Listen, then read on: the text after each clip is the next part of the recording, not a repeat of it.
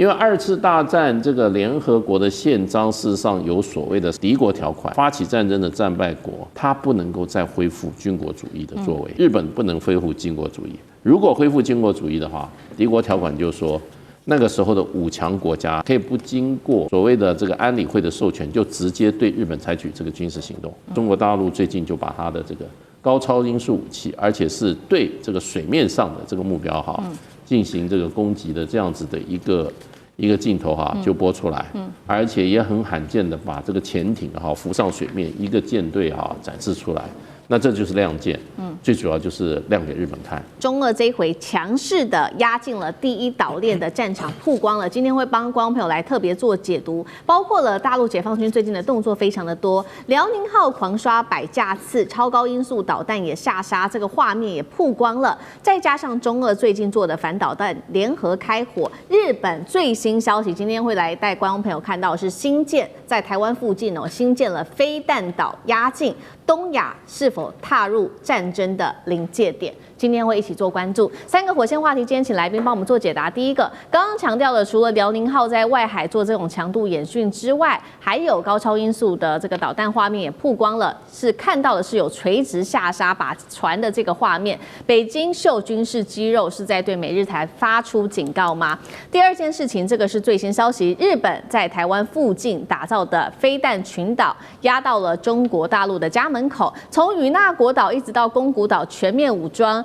日本是想要嚇阻，還是把整個東亞有沒有可能推向一條戰爭的不歸路呢？最後來看到的是中國大陸在軍事方面首次公開的氫彈投放，加上非核氫彈的威力，再加上中俄現在又啟動了新一輪的軍演，中俄軍事同盟進入新階段嗎？今天也會來關心印太的軍控會不會因此而不一樣呢？今天都會一起的來做解讀。趕快來看到，在這一場中日衝突之下，日本防衛省的最新示警，包括了遼寧號在6號到7號，我們上次跟觀眾朋友報告過，突然間是在這個沖繩外海這邊狂刷了100架次的艦載機，還有直升機之外，殲15也對日本的 F-15雷達做照射。最新還有這個就是北京的，另外在微博解放軍放的這個 MV 叫做《箭在弦上》。我們請導播也帶我們來看哦，這個潛艇集群是一字排開，高超音速反艦導彈直接在上演震撼的畫面。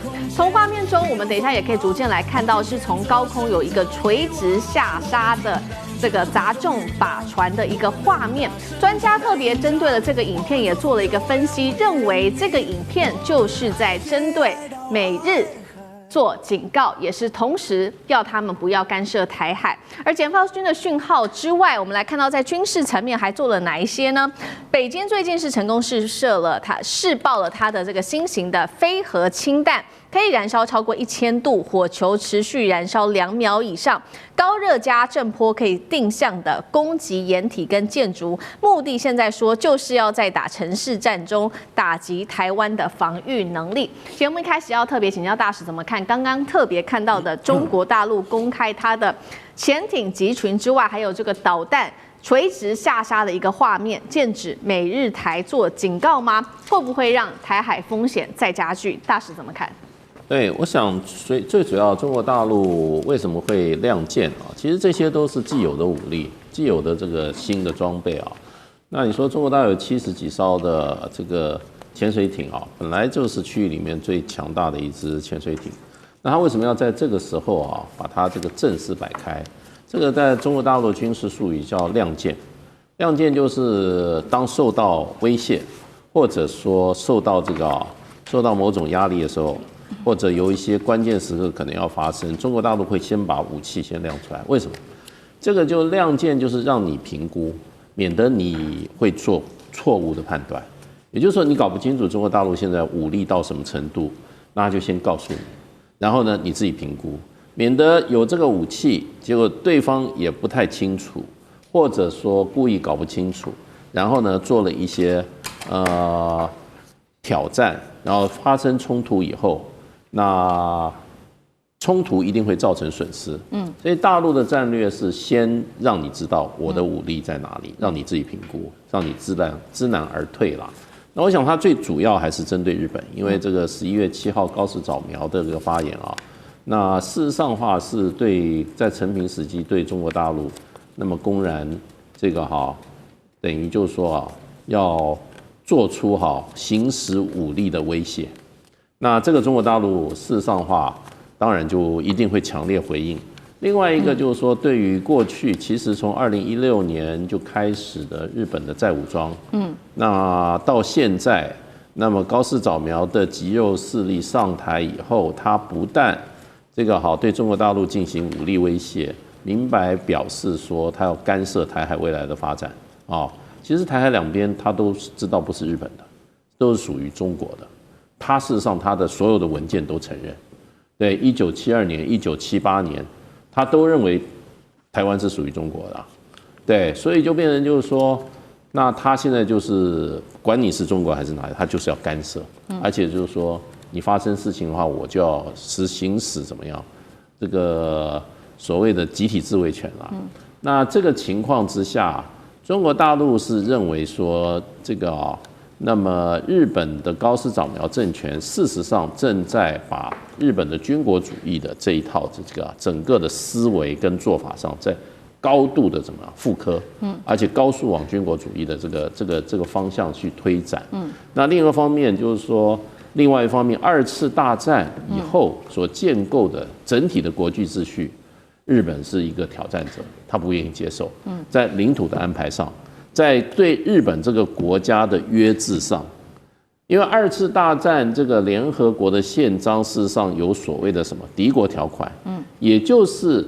這一些當時的這些發起戰爭的戰敗國，他不能夠再恢復軍國主義的作為。那德國不能恢復納粹主義，日本不能恢復軍國主義。如果恢復軍國主義的話，敵國條款就說那個時候的五強國家，聯合國的五強國家可以不經過所謂的這個安理會的授權，就直接對日本採取這個軍事行動。所以這些情況之下，中國大陸最近就把它的這個高超音速武器，而且是對這個水面上的這個目標進行這個攻擊的這樣子的一個鏡頭就播出來，而且也很罕見的把這個潛艇浮上水面，一個艦隊展示出來。那這就是亮劍，最主要就是亮給日本看，然後要震懾日本，那然後讓日本知所節制要不然就是說，如果日本再往這個路上走的話，那未來跟中國大陸一定發生武力衝突。那麼另外一方面，日本現在連非核三原則也都要放棄。對，那日本变成一個核武國家的話，那東亞就永無寧日了。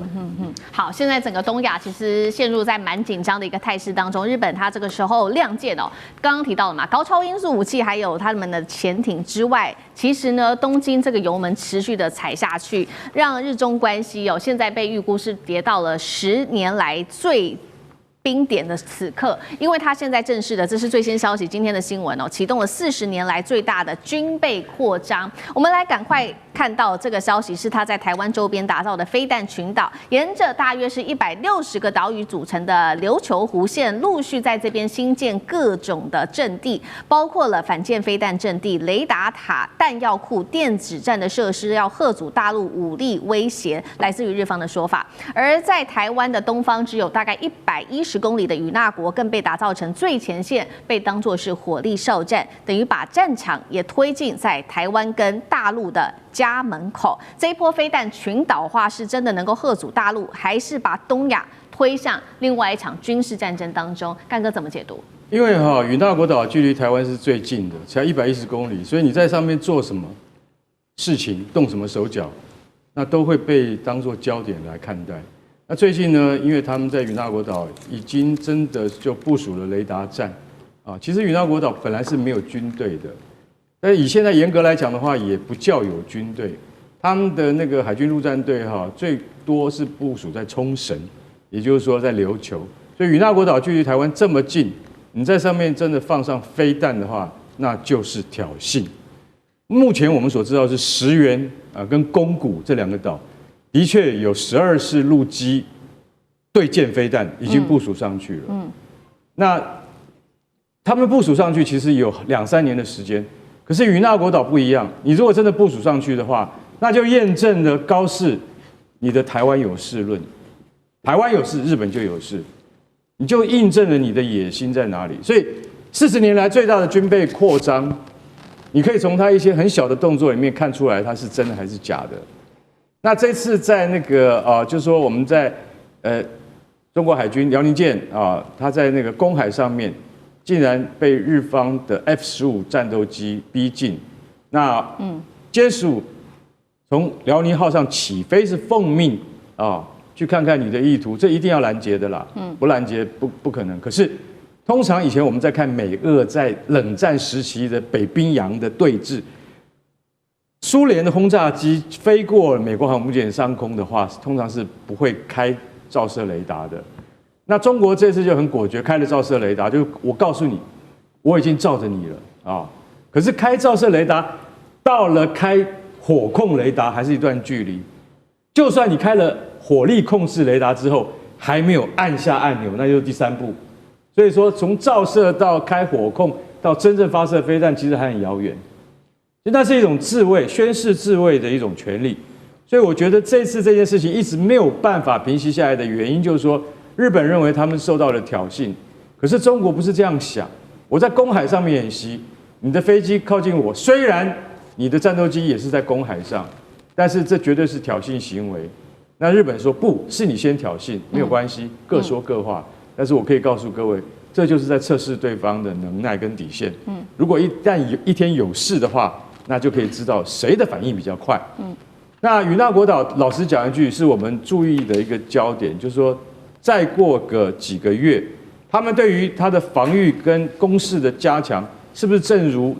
中國的觀察家以及台海兩岸的觀察家所預判的？他會把什麼？他可能還會把對艦飛彈移到這個陸地上面去，到島嶼上面去，還有他可能派真正的警衛團，也就是說，那個都是由陸戰隊構成的。如果真的派上去，哪怕是一個排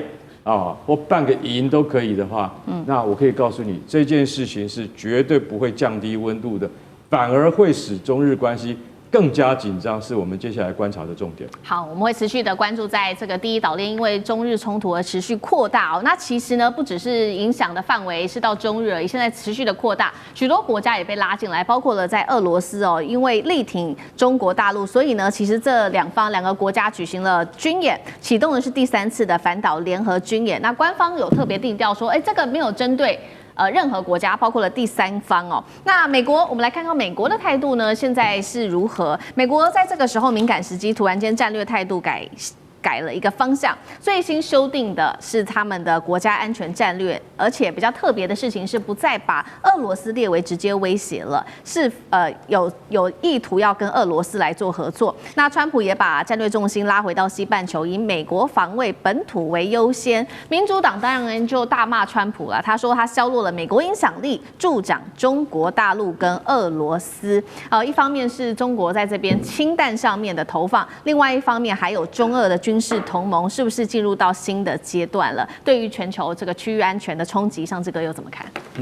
美國這次這個所謂的安全戰略的這個白皮書發布，它當然真的是對於美國長久以來的這個全球觀，它還是有很大的調整。當然，特別大家關注到說美國跟俄羅斯以及美國跟中國之間的關係。那在此延伸之外，也不得不說，在俄烏戰爭之後呢，中俄跟俄羅斯的這種緊密，所以無上限，包括中俄的所有歷來簽訂的這一些高峰的所謂的全方面的這個合作是難以想象的。我想，其實尤其體現在最近对於日本這個部分，前陣子我們看到說日本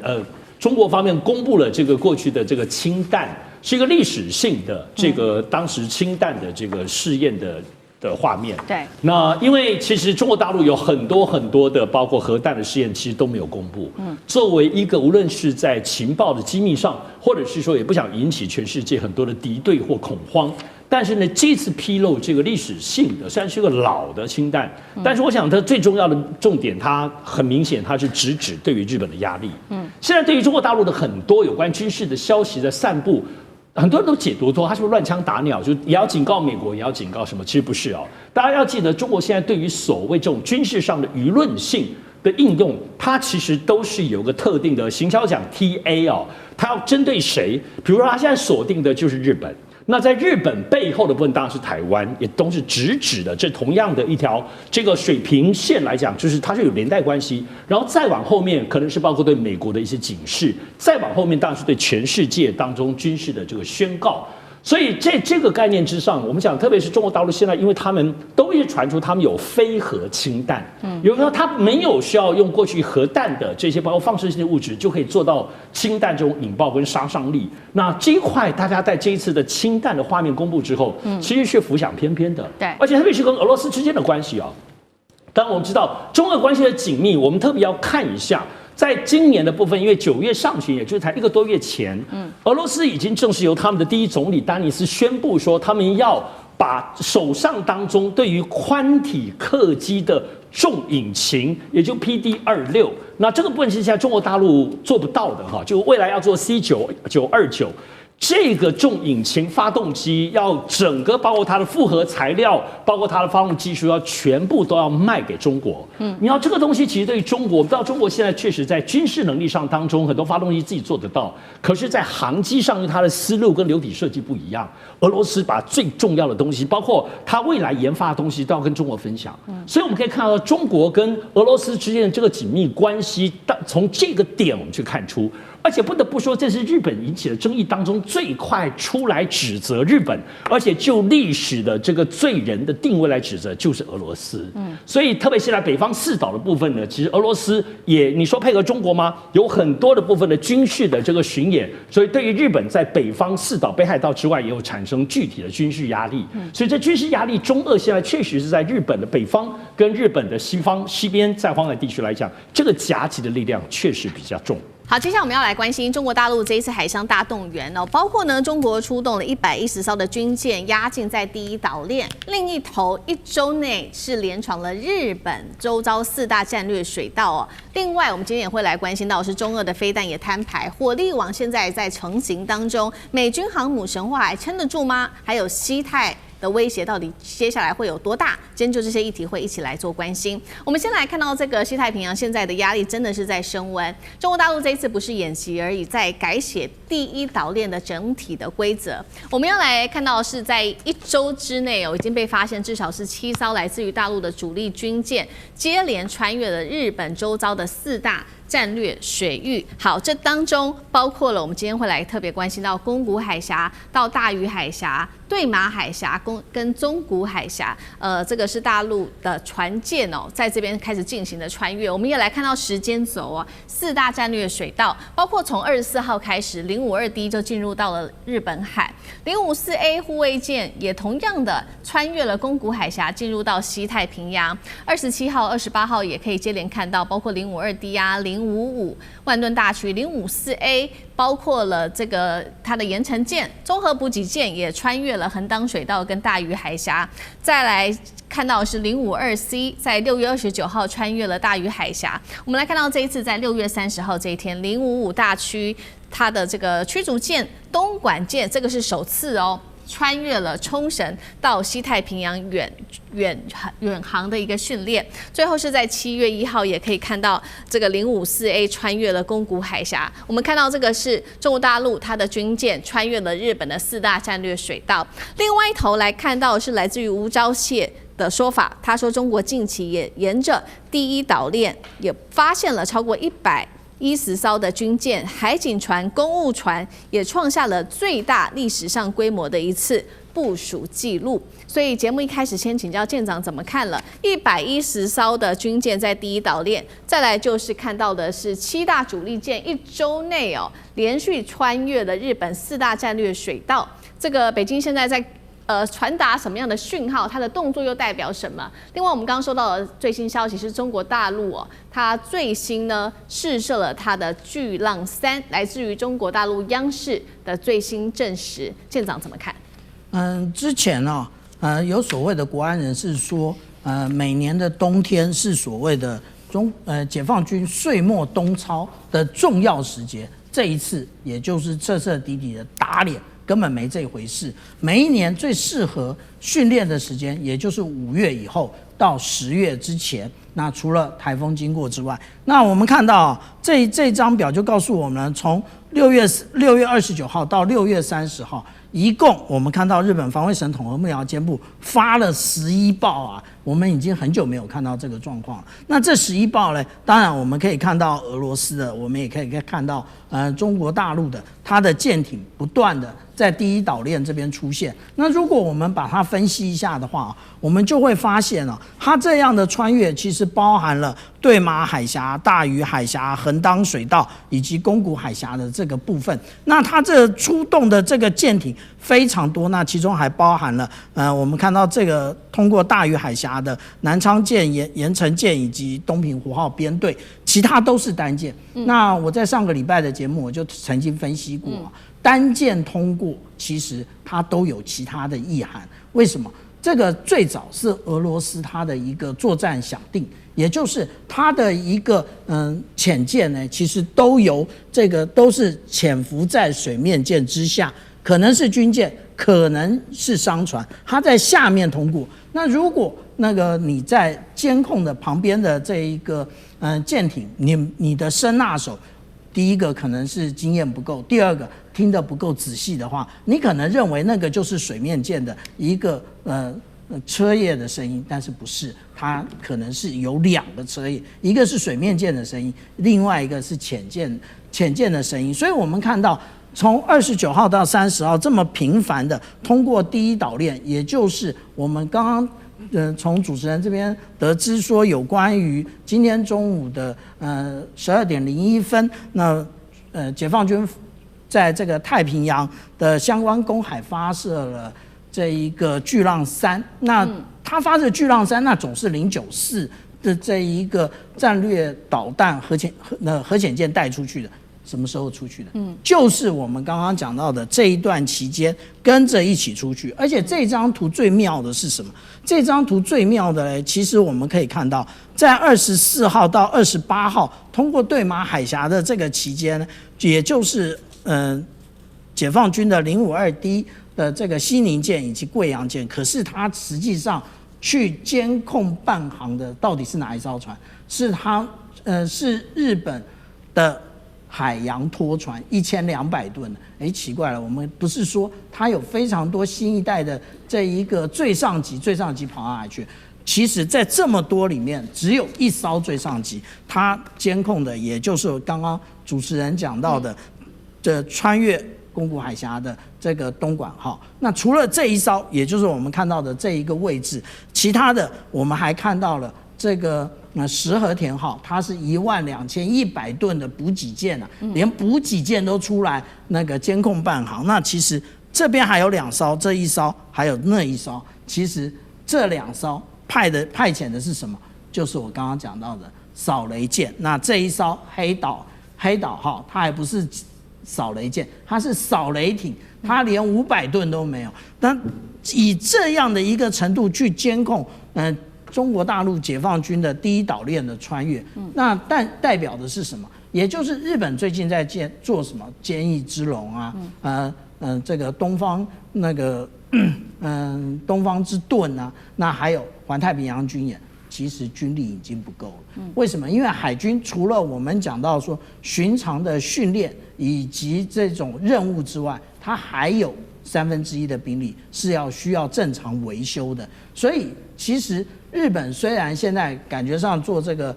最上級很順手，但是實際上來講，它的艦艇數量也是不夠的。而且我們現在如果仔細的追看下去的話，我們現在看到的通通都是有關於穿越第一島鏈的部分。可是我剛剛有提到有日本跟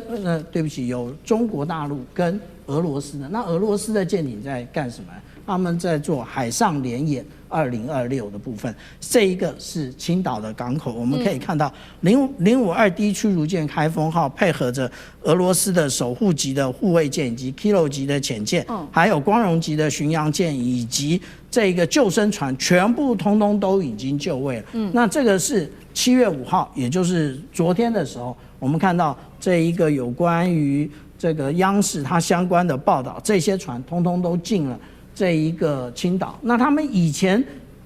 這麼大規模做的時候，他們都去了哪裡，在幹嘛？我們在往前看的時候，他們上一次去的時候，他們上一次這樣子出現的時候，他們是去了阿拉斯加，也就是他們直接的繞了那個從日本的這一個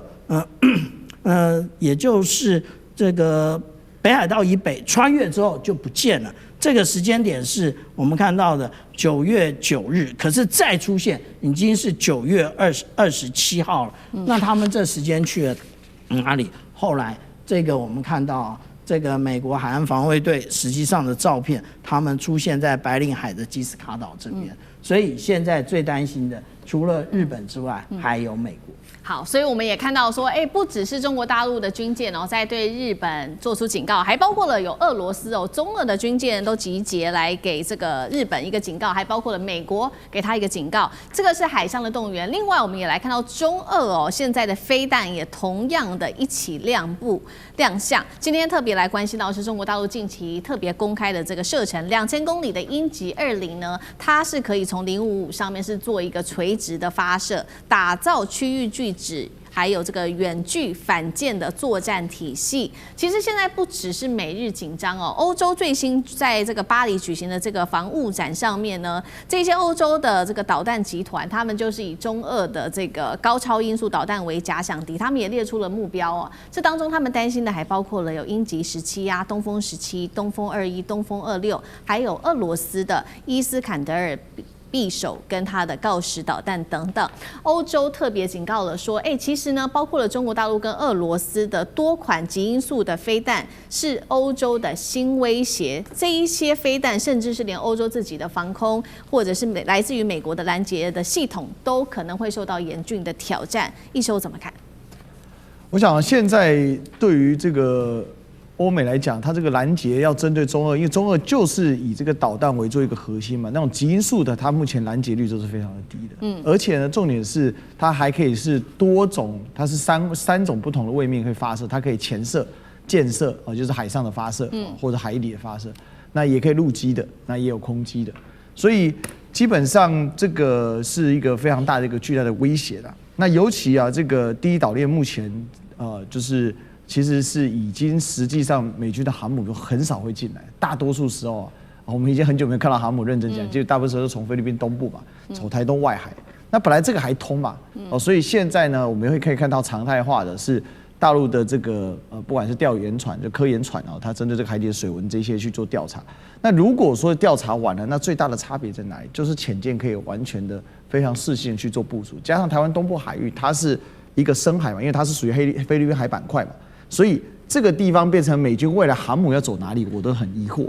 然後，所以可以看得到說，如果從軍事上來講目前整個線會往前推到第一島鏈跟第二島鏈之間，也就是接着關島跟這個台灣中間這個地方。所以我是覺得現在的狀況就是面對整個這個中國大陸加上俄羅斯的，它在這個西太平洋這一側的越來越緊密的聯手，加上尤其是整個解放軍的軍力的一個成長現在整個台灣是完全沒有辦法去介入，不打緊。事實上，你也可以看到美國、看到日本，他們有相不同的一個應對狀態。美國是很明顯的不想跟解放軍進行衝突的，所以他其實在政治上他有所退縮，包含不支持台獨啊，9500里外我不來打。另外一方面就是他已經逐步的要把他的重心移轉到關島這一側。就是在關島要擴建嘛，之前說要擴建3萬人，包含家屬可以居住的一個基地。問題關島太小了，因為關島是屬於馬里亞納群島的一部分，這一些火山島它的腹地非常的狹小，而且距離這個大陸又極其遙遠。所以事實上，美國的這個戰略後撤最大的壓力還是給到日本身上。那日本現在高市長嘛，一拍腦門熱嘛，但是我覺得北京就是覺得很好，你繼續熱吧，反正高市當搞事剛好北京很有事。所以這個很有事，這個可能在未來的某個時間點，我認為一定會發生中日在物理之間的碰撞，只是這個碰撞具體的樣態是什麼？我認為不會上升到戰爭的樣態，但是解放軍一定會怎樣可控，可以控制，可以限制，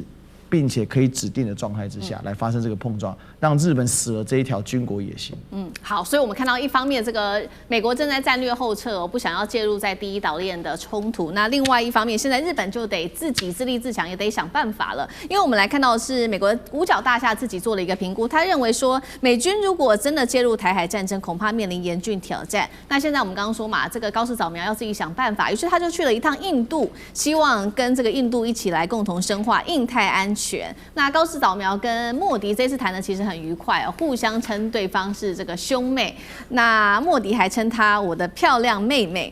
我们來看到這個是最新來自於中國大陸外交部發言人郭家坤，他批評說高市一直不斷的倡議所謂新的自由版本的印太，根本是嘴上喊自由，心裡面還是想要對抗。接下來中日的關係會越來越緊張嗎？那西太平洋的主導權，楊老師又怎麼看？現在中日關係是走向一個惡性的螺旋了哈。那當然，整個我覺得日本高市的抗中保日的心態做法，其實是最主要的關鍵。但是呢，他完全錯誤解讀現在的中美的情勢，以及整個西太平洋就是實力的展現跟差異。他以為自己增加軍力部署跟加強美日安保，然後呢連結菲律賓跟印度，就可以重續安倍或者是拜登時期的印太戰略。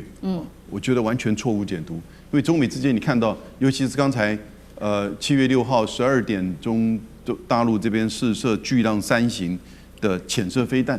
那什麼是巨浪3型？它可以發射大概是8000到12000公里，所以它是一個洲際型的潛射，也就是潛水艇發射。那這個潛水艇發射代表核主的3位一體，就是陸基、海基跟空基。陸基是什麼時候？陸基是2024年9月的東風31A 從海南島，然後呢，空基是什麼時候？那空基從2019年到最近6月底的時候，22次的中俄聯合巡航，不就是轟6K、圖95，這都是戰略轟炸機嘛？然後呢，就補上了這一次的，就是巨浪3。巨浪3應該可能是在2019年6月的時候，據稱就有測試過啊，但這一次很明顯的測試。我看到最新的報道是指它是從南太平洋這邊發射的哈，那因此這個就很清楚告訴你，在第一島鏈跟第二島鏈的範圍之內哈，其實這個區域巨值中國大陸這邊已經是完全掌控。第一島鏈範圍之內，它已經完全具有這種主動權。第二島鏈它的經常性，我們剛剛看到的這整個就是這一些的巡航哈以及穿越，它已經具有就是整個掌控的能力。那尤其再加上核主的這個能力，所以高市日本你增加部署，當然他也許覺得說他可以一直多賣一點武器賺點錢哦，對日本的經濟有幫助。但中國大陸出手了，也就是在這個稀土跟稀有的金屬上面就卡脖子，那所以反而會造成現在日本的自己本身民間商用的這個製造業現在受到影響。所以這樣子的情況，印度會跟他配合嗎？對不對？我們都不要回答這個問題了。印度也比他重視印度洋，好不好？印度也可能重視他在中印之間的邊界問題，他怎麼會關心到這麼遙遠的，連印太總部都改名字叫太平洋總部了，美國人都放棄了，你高市人沒有看清楚呢，沒有看懂呢？接下來我們要關心稀土戰現在正式開打，尤其川普現在正式的在白宮宣布，他要砸下120億，要做什麼呢？搞一個國家金庫。另外一方面，他還拉了20個國家一起要做這個稀土相關的事業，來圍堵中國大陸。全球供應鏈現在正式的進入去中國戰時體制，能夠成功嗎？今天一起來做關心。好，剛剛特別提到了嘛，川普他啟動了這個金庫計劃，這個是國家級別的稀土儲存工程。我們趕快來看一下細節是什麼。投入資金相當於大概120億，也就是3700多億新台幣，主要是由美國的這個出口銀行主導融資，然後還會有一些私人的資本，建立一座現在是說可以支撐60天左右的一個戰略礦產的庫存，不要再依賴中國大陸，靠自己可以至少支撐60天，但這樣夠不夠呢？那儲備的清單也當中特別提到了，包括了稀土之外，還有銅、鋰、鈷等等，主要就就是為了這些汽車製造商、科技公司跟其他的製造商特別做一些儲存的動作。那現在目前根據統計，有10多家的重量級企業已經表示會參與計劃，當中比較知名的公司包括了通用汽車、波音還有 Google 等等的高科技的公司，那麼還有掌握高科技材料的康寧。我們來看到川普的動作，除了做這個金庫計劃之外，他現在也正式的宣布砸16億美元、500億新台幣取得美國稀土公司這一間公司企業的10%的一個股份，所以可以說他現在是要全力的來發展稀土。幹哥怎麼看川普的這個金庫計劃？說可以囤60天，是在為戰爭做準備嗎？但是在軍事上面來講，如果是國家儲備60天，到底是否為合理？到底夠不夠？如果中國大陸又啟動這種壟斷的措施，美國有沒有辦法自己撐3個月？幹哥怎麼看？完全沒有辦法撐下去，好不好？這個金庫計劃，我跟你講，川普什麼時候都要講利益的，對不對？終於碰上了這個計劃是不講，他說我們這個計劃是非盈利的，終於碰到這個不用賺錢的。為什麼你知道？因為這是國家級的戰略儲備計劃，它不僅僅有7種比較重要的重稀土，然後還有銅啊、鋰啊、鈷啊等等啊、鎳啊等等這些。然後呢，我跟你講，你們這些大公司的10幾家，通用波音Google 這些是我們比較知名的。然後這些人的董事你都要進來，為什麼？因為你們要出錢。我120億的資金，其中100億是跟這個美國自己的本身的銀行进出口銀行來融資的，另外20億是你們這些企業主要出錢。這20億美金說多不多？但是我跟你講，你們都要進入董事會，我們會派專業 CEO 去幫你幹嘛？幫你監工，就是會有特別的 CEO 來去看這些東西是什麼意思？就是說你們出錢，你們在萬一遇到國家緊急狀態，或者是你們的產業發生緊急狀態的時候，你們可以憑你們今天身為董事會的議員，可以去提領稀有金屬。也就是說，今天打起來了，跟誰打不知道，跟俄羅斯、跟中國不一定啊。打起來的时候，那我們就有什麼？我們就有高級戰略資源的儲備銀行。川普的意思是這樣。那如果你不在這個董事會裡面，那對不起，你就沒有資格去領。波音可以沒有稀土嗎？波音可以沒有銅嗎？然後那個 Google 或者是那個通用，它可以沒有石墨嗎？它怎麼造飛機？怎麼造車？所以你们都加入了，你們要付錢你們要付會費，但是呢，我們這個是不盈利的。所以大家去聽了一下，就說那這樣川普很有遠見啊。可是現在我們可以知道，他至少可以支撐60天意思是什麼？意思就是說，大概就只有60天了。我跟各位講一下一個觀念：稀土在全球的產量中，中國的儲備是4400萬噸，美國是多少？190萬噸，那個就大跟小那不能比。那所以說，你只有60天的儲備的話，你不要忘記我們一再講的，儲備是另外一回事，精煉是另外一回事。你有這樣的儲備，就算你有190萬噸，60天之後你怎麼辦？它怎麼樣精煉？所以美國現在要趕快，這個計劃裡面也包括稀土的精煉廠，所以你要趕快設立自己的精煉廠，你不能再假手中國了。那問題是，計劃開始到了，你能夠實現至少要多久？至少他們現在已經講，大概要1000天，大概要3年才能夠達成這個國家級的稀土儲備工程計劃。我覺得這個當然了，規模跟遠見很宏大，可是做得到做不到，國際局勢瞬息萬變，川普說不定在你下台之前都還是做不到。好，美國希望能夠建立自己自主的這個稀土的供應鏈。那其實美國的盟國日本也正式宣布，他們有一些在稀土上面的新進展。這是在1月12號日本政府親自宣布的，在南寮島，也就是在東京距離2000公里的日本最南端的這個地方，他說成功在水深6000公尺的深土呢，終於是採集到含有稀土，目前只是泥土的樣本而已。那國務卿盧比歐在另外一方面，同樣是為了要擺脫對中國的依賴，他召集了20國討論成立關鍵礦產戰略聯盟，那成員涵蓋了歐盟、英國、日本、澳洲、紐西蘭等等的核心國家。非中稀土鏈能成功嗎？上次哥怎麼看？哎呀，最近其實我們看這個財經消息或國際消息，好多跟稀土有關的。我想首先我們可以確定是很多國家動起來，包括 G7 或 G20，其實各方面以美國帶頭。那麼日本、澳洲是在亞洲地區響應的，而且他們手上確實是有稀土的礦，澳洲很多有，那麼日本也是他們有，是在海底。歐洲现在也都動起來，那麼大家要湊起來，主要連包括這次我們看英國施凱爾，包括先前的幾國，最近有6個，包括前面的馬克宏，6個大國家都去訪問中國。可是中國訪問中國，在記者訪問的時候，也仍然表達他們在稀土當中要脫離中國的控制。所以就表示說，這些國家是鐵了心，也拿出了真金銀兩，但是拿出錢是什麼呢？跟中國能比嗎？中國或國企拿出錢就去開挖，就去投資，就去研發。我們剛剛看電視牆裡頭，思明講的，川普120億美金叫做融資，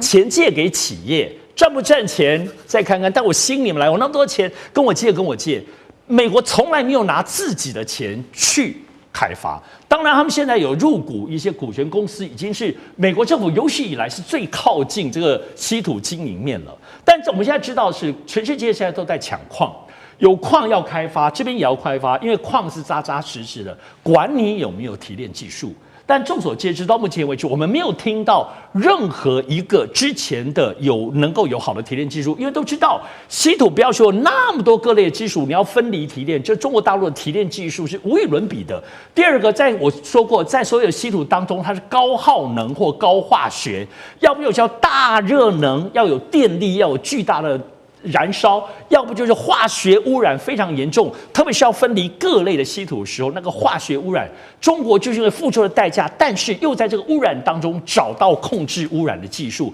所以不止提煉技術啊，還有控制污染技術。我們知道日本在2010年之後被中國大陸懲罰之後，就一直要突破稀土。可是日本怎麼做？他在國內能做污染嗎？不，他幹嘛就跑去找菲律賓、找印尼，說我跟你們合作，我出錢，你們在這邊污染吧。人家也不是笨蛋，所以這個東西沒有那麼容易。就是現在確實是有錢融資給你，吸引很多企業希望你們來，有礦大家都在搶，長久之爭一定要有。但是呢，技術呢，你真的沒有听到真正厲害。唯獨我覺得大家注意的部分是康寧。最近在美國的這個部分的整合裡頭出現了康寧公司。康寧就是全世界我們手機那個康寧大猩猩玻璃，在愛迪生時代那個燈泡之所以能夠出來，就是因為康寧做的玻璃。我個人認為，在整個盤點所有，包括不只是我投資機構裡頭，在目前來講，有可能有提煉稀土技術的，可能就美國已經有幾百年歷史的這個康寧公司，但只是因為要污染要錢。康寧現在做手機屏幕已經賺的都快死掉了，他幹嘛要去做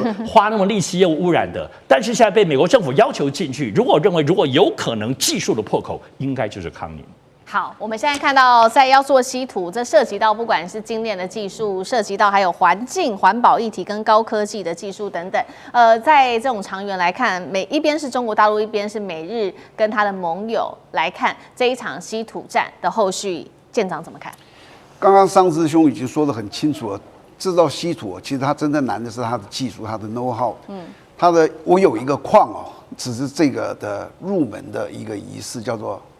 入門的門檻而已，起手式。那現在全世界的針對做稀土的這個叫做專利有將近快要7萬項，7萬項中間中國大陸大概有60%，所以他知道的最多。那我也看過了一篇這個專門的一個這類的文章，很長，他寫的就是說，美國想要去克服這個的話，想要做到跟中國一樣的這種程度的話，這種能力，它基本上是一定是國家推動，要推動花上兆元，然後大概要10年的時間。剛剛可以看到，川普在這裡成立一個融資是120億，那個上兆元是10個1000億，你就知道這是根本是小兒科。他只是這樣子去動，他想要這樣子去做，但是如果說中國把這個稀土當做一個武器化的話，它到底會有什麼影響？我想這有短中長期。短期，美國跟他的盟友會非常的慘。我說這個短期在1年之內，他們很多會停產。但是中期大概在3年的時候，那個受害的反而是回過頭來是中國的這些稀土商，因為稀土商他大部分賺的錢，他銷售到全世界啊，你給他管制都不出去，那他怎麼辦呢？它的價格會飛上。它的量沒有出來，所以你知道它的量不夠的時候，它價格再多也是沒有用。所以這個時候可能中國就要考慮，如果你要把它當武器化，你要補貼這些稀土商，不然他們可能過不下去。然後接着是長期，長期你給他個5年10年哦，美國以及他的盟友大家一起齊心協力，他一定可以克服，沒有做不到的，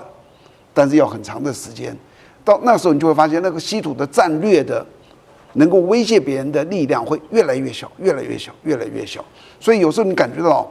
如果全面斷供，它是一種類似像一次性的武器。那隨着時間過去，它的效果會越來越低。那到底要在這中間採取什麼樣子的性質呢？我覺得北京會去考量。幸好不是我去考量，他們會去考量到底我哪些該限制，是怎麼限制？不是說斷供，而是說要提出個輸出許可的申請。你要很詳細的說明這東西用在哪裡。